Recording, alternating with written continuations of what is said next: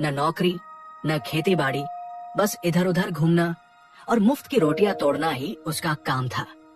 गांव के लोग उसे कामचोर और चालाक समझते थे, इसलिए उससे बचकर रहते थे। लेकिन रघु अपनी चालाकी से हमेशा कुछ न कुछ जुगाड़ कर ही लेता था। एक दिन रघु गांव की चौपाल में बैठा सुस्ता रहा था कि उसने देखा गौरी काकी बड़ी बेचैनी में अपनी धनिया नाम की बकरी को गोद में उठाए जा रही थी। बकरी बहुत कमजोर लग रही थी, जैसे उसमें जान ही न बची हो। रघु ने आवाज लगाई, अरे काकी, कहाँ जा रही हो इस धूप में? गौरी काकी रुकी और दुखी मन से बोली, अरे रघु बेटा, क्या बताओ, मेरी धनिया 2 दिन से कुछ खा नहीं रही। अब तो खड़े रहने की भी ताकत नहीं बची। हकीम जी के पास ले जा रही हूँ, शायद कोई दवा दे दे। रघु ने माथे पर चिंता की लकीरें डालकर कहा, अरे काकी, तुम हकीम जी के पास क्यों जा रही हो? उनकी दवाइयाँ तो बहुत महंगी होती हैं। अगर तुम कहो तो मैं इसका इलाज कर सकता हूँ। गौरी काकी चौंकी, अरे तुझे भी इलाज आता है?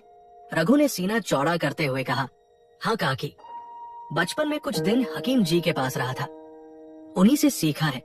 बस तुम बकरी को यही छोड़ दो, मैं इसे दवा पिलाऊंगा और देखभाल करूंगा। शाम तक इसे ठीक कर दूंगा। गौरी काकी खुश हो गई। अरे रघु, अगर तू मेरी बकरी को ठीक कर देगा तो तेरा एहसान कभी नहीं भूलूंगी।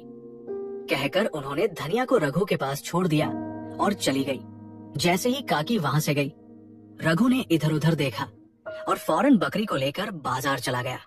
वहां उसने बकरी को अच्छे दामों में बेच दिया। पैसे मिले तो रघु ने भरपेट खाना खाया, मिठाइयां खरीदी और घर जाकर चैन से सो गया। शाम को गौरी काकी लौटी। रघु बेटा, मेरी बकरी ठीक हो गई? रघु मुस्कुराते हुए बोला, अरे काकी, देखो इसने कितना दूध दिया। गौरी काकी खुशी से बोली, अरे वाह, सच में तूने इसे ठीक कर दिया। अब जल्दी से बता, मेरी बकरी कहाँ है? रघु ने बाहर इशारा किया। वो बाहर पेड़ से बंधी है, जाकर खोल लो। लेकिन बाहर जाकर देखा तो वहां बकरी नहीं थी, बस एक पुरानी रस्सी पड़ी थी। गौरी काकी घबरा गई। अरे रघु, मेरी बकरी कहाँ गई? रघु भी हैरान होने का नाटक करते हुए बोला, अरे काकी, लगता है कोई इसे चुरा ले गया, पर तुम चिंता मत करो, मैं इसे खोज निकालूंगा। बस एक काम करो, कल मेरे लिए लड्डू लेते आना, ताकि मैं ठीक से खोजबीन कर सकूं। गौरी काकी रोती बिलखती घर चली गई और अगले दिन लड्डू लेकर आई। रघु ने आराम से लड्डू खाए, आंखें बंद की और कुछ मंत्र बुदबुदाने लगा।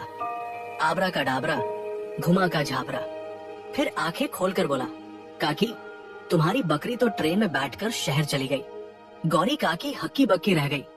अरे बकरी ट्रेन में कैसे चढ़ गई? रघु गंभीर होकर बोला, काकी, बकरियां भी कभी कभी घूमने निकल जाती है।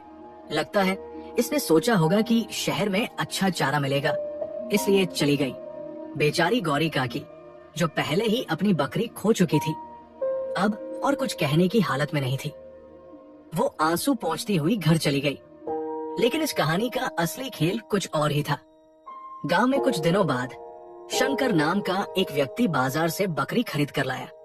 जैसे ही वो बकरी लेकर चौपाल से गुजरा, गौरी काकी की नजर पड़ी और वो चौंक गई।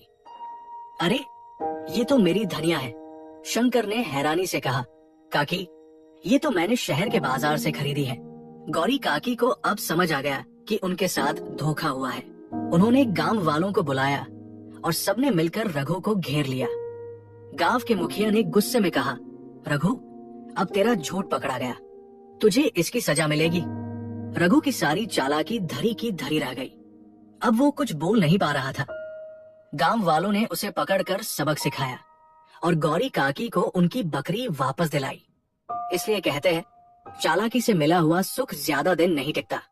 सच और ईमानदारी ही इंसान की असली पूंजी होती है।